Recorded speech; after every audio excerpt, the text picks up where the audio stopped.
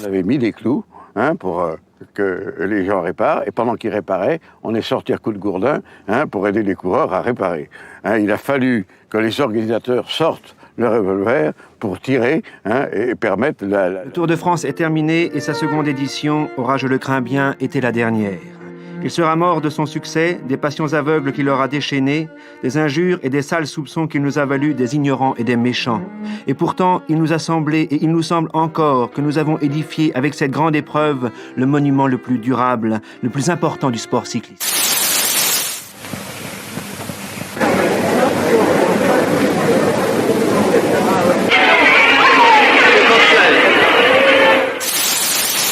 Départ extrêmement lent, la République ou le col du Grand Bois, comme l'on voudra, ne donnant rien. On retrouve toujours en tête du peloton Casala, Anquetil, Charlie Gaulle, Kehey et Ignolin.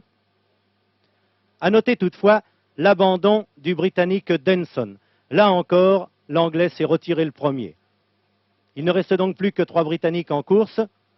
À droite sur votre écran, Youn Kerman, l'homme mystérieux de ce Tour de France, toujours bien placé. Et fidèle surtout lorsque Jacques Anquetil donne un rendez-vous en pointe, un rendez-vous à 60 à l'heure. Ici, pas question de 60 à l'heure, c'est à 30 à l'heure plutôt que Forestier en termine avec l'escalade. Au passage à Planfoy, on a déjà une idée de ce que sera cette chaude journée. Aucun lâché dans le peloton. Et au sommet, Ignolin passe devant Kehey et Minieri. Tous roue dans roue, le regroupement s'effectuera dans la descente. Et à partir de là, les coureurs vont nous montrer en long et en large les 1001 façons de se rafraîchir pendant la canicule. Mais la course continue pour les autres et Braque, maintenant, s'est débarrassé d'Esteban Martin. Il file seul vers le sommet du Grand Bois au milieu d'une foule énorme qu'il atteint. Pascal Hervé and Laurie Aus of Casino, they went out to try and toughen up the race and make it a little bit more difficult for Frank van den Broek, because today was the day that the finish was going to be at the summit of the Col de la République, and this was going to be a deciding day in Paris-Nice.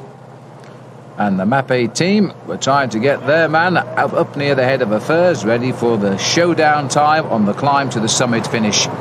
Tom Steele's in the yellow jersey there, which is the sprint leader's jersey in this event.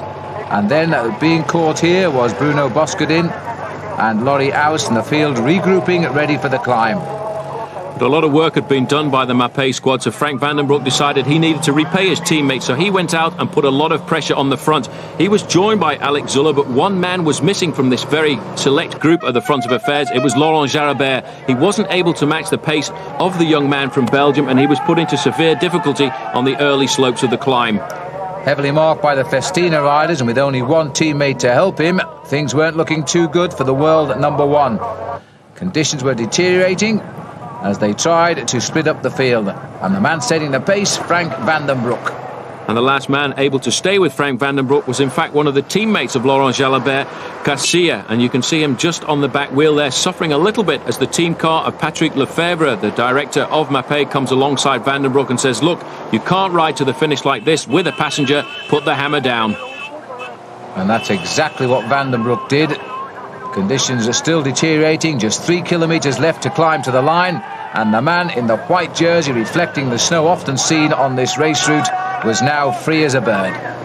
It certainly was. This young man at 23 years of age, he knew exactly what he had to do this morning. He came out there, didn't worry at all. He let his team do all of the work, and as he came to the finish, he really opened up the gas as much as he could, because this is his second stage victory in Paris-Nice. But more importantly, I think, Phil, the fact is a lot of his rivals now a long way behind.